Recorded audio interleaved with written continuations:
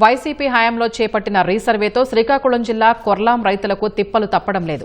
Korlam revenue పరిధిలో 50, 91, 95 నుంచి 105 వరకు, 107 నుంచి 110 వరకు సర్వే నంబర్లలో 250 ఎకరాల భూములున్నాయి.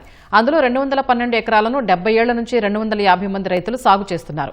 మిగిలిన ప్రాంతంలో కొర్లాం విద్యుత్ ఉప కేంద్రంతో పాటు గతంలో ప్రభుత్వం మంజూరు చేసిన రాజీవ్ నగర్, హుకుంపేట పేదల కాలనీల్లో 170 కుటుంబాలు నివసిస్తున్నాయి. ఎస్ఎల్ఆర్లో ఆ భూములకు సంబంధించిన యజమాని పేరు మారకపోవడం, 1960 నుంచి సబ్ డివిజన్ చేయకపోవడంతో దాన్ని ఆసరాగా తీసుకుని వారసత్వపు హక్కు పేరిట రైతుల భూములు దక్కించుకునేందుకు గత ప్రభుత్వ హయాంలో కొందరు భారీ కుట్రకు తెరలేపారు. అప్పటి సీఎం కార్యాలయం నుంచి పావులు కదిపి రీసర్వే పేరుతో రెవెన్యూ దస్తరాల్లో రైతుల పేర్లు తొలగించేశారు. సంబంధిత భూముల అడంగల్, ఇతర పత్రాలు రైతులకు ఇవ్వొద్దని ఉన్నతాధికారులు ఆదేశాలు జారీ చేశారు.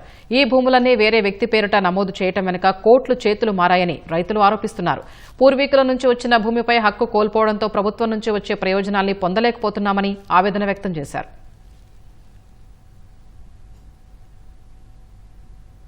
మా భూము మా మామలతో చేసుకుని వచ్చిన భూములు ఈరోజు మా కాకంట చేస్తున్నారు.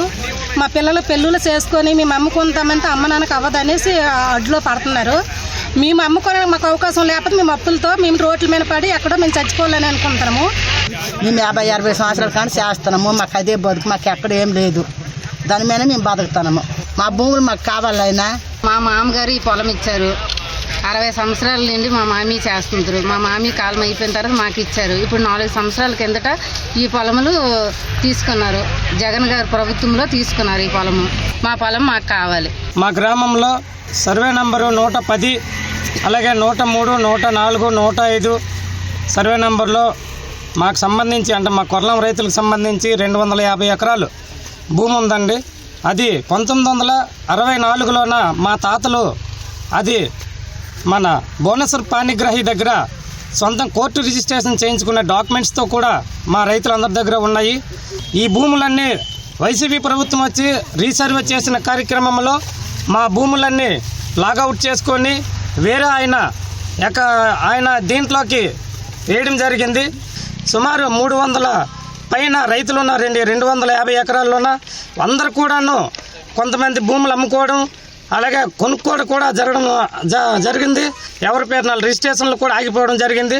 ఎప్పుడు లేని సమస్య గత ప్రభుత్వంలో భూ రీసర్వే పేరిట రైతులని నట్టేట ముంచడానికి ప్రయత్నం చేసి ఈ భూములన్నీ మా కనీసం నోటీస్ కూడా ఇవ్వకుండా మా పేర్లను తొలగించి వేరే పేర్లలో నమోదు చేయడం జరిగింది.